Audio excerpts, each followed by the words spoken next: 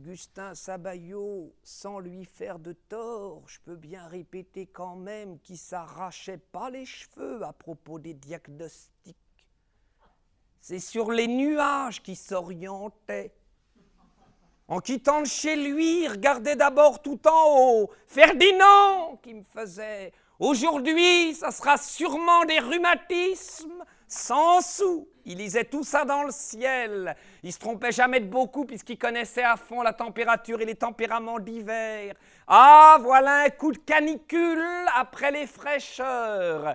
Retiens, c'est du calomel, tu peux le dire déjà. La jaunisse est au fond de l'air, le vent a tourné, nord sur l'ouest, froid sur averse, c'est de la bronchite pendant 15 jours. C'est même pas la peine qu'il se dépiote, si c'est moi qui commandais, je ferais les ordonnances dans mon lit. Au fond, Ferdinand, dès qu'ils viennent, c'est des bavardages. Pour ceux qui en font commerce, encore, ça s'explique. Mais nous autres, au moins, à quoi ça rime? Je les soignerais, moi, sans les voir. Tiens, les pilons d'ici même.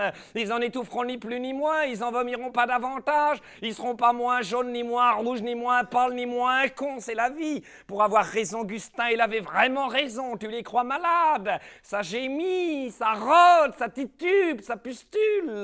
Tu veux vider ta salle d'attente instantanément? Même de ceux qui s'en étranglent à se ramener les glaviots? Propose un apéro gratuit en face.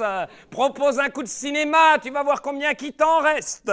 S'ils viennent te relancer, c'est d'abord parce qu'ils s'emmerdent. T'envoies pas un la veille des fêtes.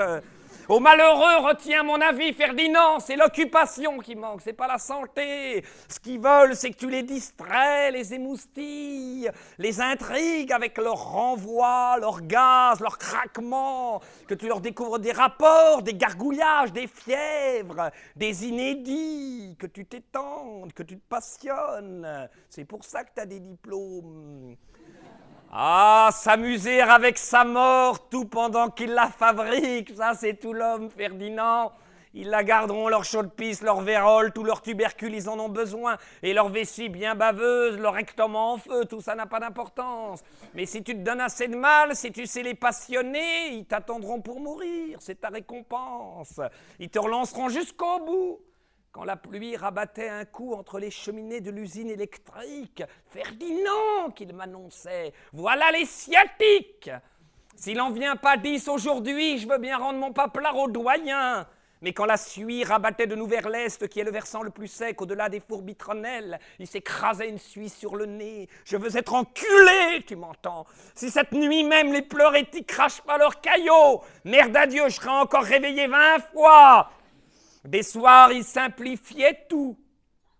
Il montait sur l'escabeau, devant la colossale armoire aux échantillons. C'était la distribution directe, gratuite et pas solennelle de la pharmacie. Vous avez des palpitations, vous, l'haricot vert, qui demandait à la miteuse. Non, j'en ai pas. Vous avez des aigreurs, des pertes, un peu déjà? Oui, non. Alors 2 gouttes dans 2 litres d'eau, je pense, ça vous fera un bien énorme. Et les jointures, elles vous font mal? Pas d'hémorroïdes? À la selle, on y va? Oui, non. Des suppositoires pépettes, il proposait tous ces rayons. Il y en avait pour tous les dérèglements, toutes les diathèses et les manies. Un malade, c'est horriblement cupide. Du moment qu'il peut jeter une saloperie dans le cornet, il est content de se trisser. Il n'en demande pas davantage. Il a grand peur qu'on le rappelle. Au coup du cadeau, moi, Gustin, je l'ai vu rétrécir à 10 minutes des consultations qu'auraient duré au moins 2 heures, conduites avec des précautions.